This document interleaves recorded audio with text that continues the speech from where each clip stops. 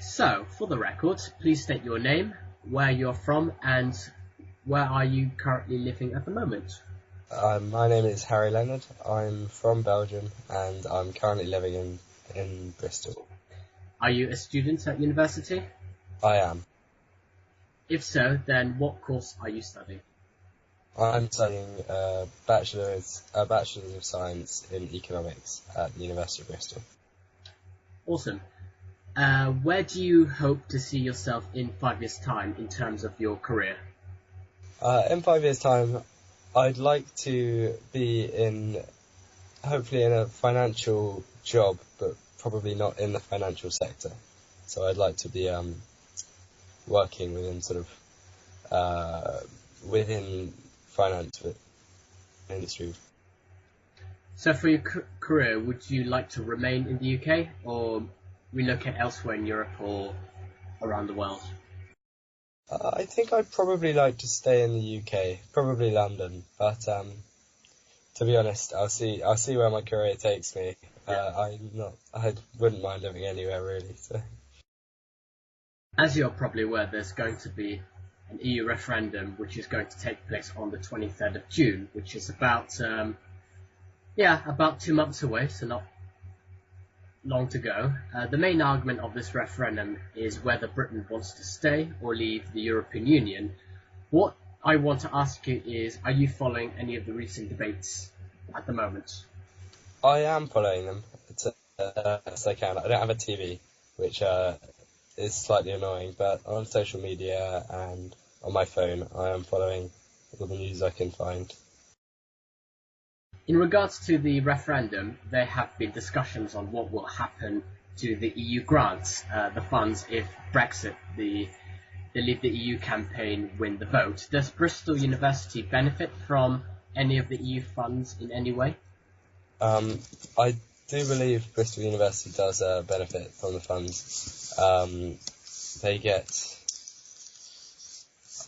I can't say specifically, but I think they get some kind of research allowance and an allowance for overseas students, which they, I presume, wouldn't get if we left the EU.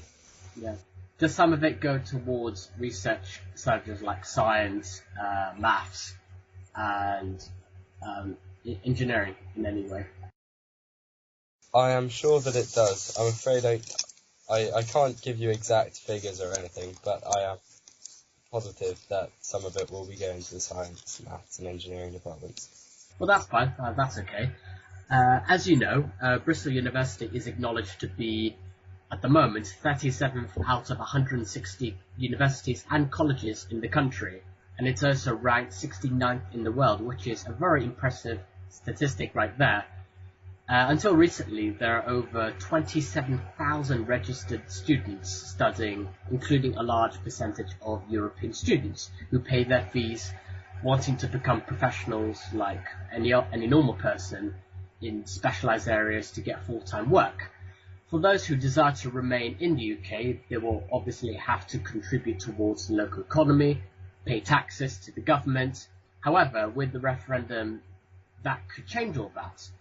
If the UK decides to pull out, will the European students, or do you believe that those students will likely stay in the UK because of the reputation? I think it will. I mean, I think that one of the best things about university is the diversity, and there's people from all walks of life coming to university, and you can learn from each other just as much as you can learn from your lectures. And the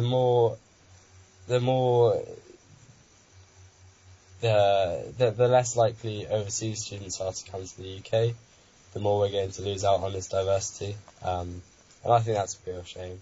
From what we understand, Boris Johnson has, for a while now, revealed his true colours in supporting the Brexit campaign, arguing from, I think, the Telegraph, stating Britain will be better off outside than inside. No, it was from the BBC News website. Then there is David Cameron trying to conduct his EU forms with Brussels, which he has been doing a while back, especially on restricting the benefits on EU citizens. So far he has done just that, and the other parties like UKIP, Labour, Liberal Democrats and the Green Party are criticising that he hasn't done nearly enough. Politically speaking, in the run-up towards June, who do you think will be the top dog in this campaign? I think it's quite hard to say. I've been talking to a lot of people from a lot of different perspectives, sort of students, family, friends, and there's a lot of different opinions out there. I think, generally speaking, on the whole, people seem to be more in favour of staying in the UK, staying in the EU, sorry. But I couldn't say for sure either way. I mean, it seems that there's a lot of support for both sides. Yeah, I suppose we'll wait and see. My next question is something to think about. If, let's say, Britain does somehow manages to stay in Europe, like the vote goes that we want to stay, there will be definitely, but in time, be a split within the Conservative Party between those who want to leave, like Boris Johnson and other MPs, and those who want to stay. For those who want to leave might, in theory, join UKIP, who are definitely pro-EU exit. Do you think if Britain does stay in, UKIP could seek political advantage in winning support? I think absolutely. I mean, UKIP, even the name, makes their objective very, very clear. They're a sort of single interest party. And I think Cameron really won the last election. Well, they won the UKIP votes by promising for the Brexit referendum, which, whilst UKIP still got a large number of votes, they did awfully in terms of securing seats, because I think a lot of UKIP supporters decided that the Conservatives would give them what they wanted, and they were more likely to win. So, I mean, I think there's a power struggle going on between the two parties, and if we do stay in Europe, there's a lot of people who voted Conservative, I think, that do want to leave the EU, and I think it's very likely that some of them will go and support UKIP, because I think that that's the most pressing issue at the moment. I see. Are you yourself legally registered to vote? I am. You have family who live in Belgium. Are they described, or would you describe them as British expats? Yeah, they are. They both have British nationality. And are they allowed to vote? No, my parents aren't allowed to vote. My brothers who are living in the UK can, but my parents can't. As you're aware, in mainland Europe, but let's pick Belgium as an example, since you lived many years there.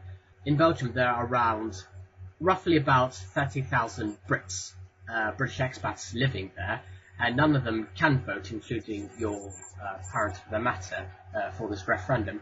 Do you think they should be legally allowed to vote, or not?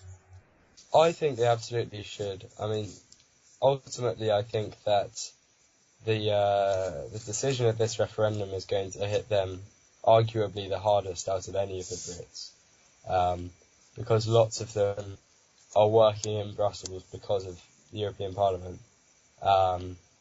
And so if the UK ties with the EU are cut off, then I should think a lot of those people who've built a life in Belgium will suddenly find themselves either unemployed or having to relocate back to the UK.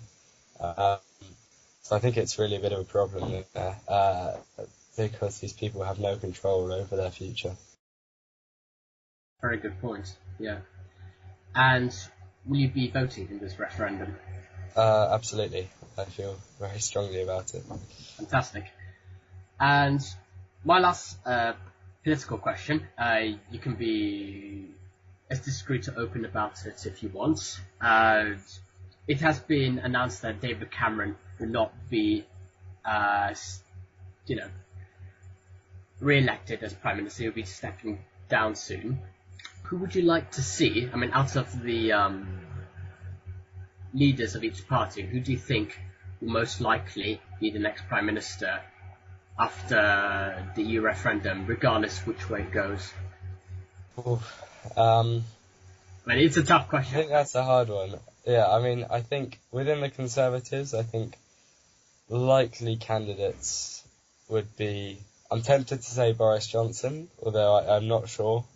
He said that he's not after the Prime Minister position, but you can't entirely be sure with Boris Johnson. George Osborne, potentially, although I think he's become very unpopular since the crash, whether or not it was his fault. So I'm not sure if he would stand. And then, in terms of the other parties, I think all the leaders will stay as they are, as far as I'm aware. But yeah, I couldn't possibly say, I'm afraid. Fine. Do you strongly encourage other young voters, not just in Cardiff, but throughout Britain, to vote for this referendum? Absolutely. I think especially given the implications on youth employment and unemployment, and given the situation that the economy is in right now, I think that young people especially are going to be affected by the outcome. And I think a lot of young people across the country feel like they either don't know or don't care, which is leading them to decide that they maybe don't want to vote. I think that's a real shame, because I think that really they're going to be affected very heavily by the decision. So I would encourage all the young people out there to get up and vote. But yeah. Yeah. And what would be your message towards those young voters? I think the most important thing is, whichever way you decide to vote, just make sure that you look at both the pros and cons of both sides very thoroughly. I mean, both sides have very strong arguments for and against. I know my position, but I know that many other people would disagree with me. But as long as you make an informed decision, then I think that's all we can ask of you. Well, that's the end of the interview. Thank you, Harry, for your time. Thank you very much.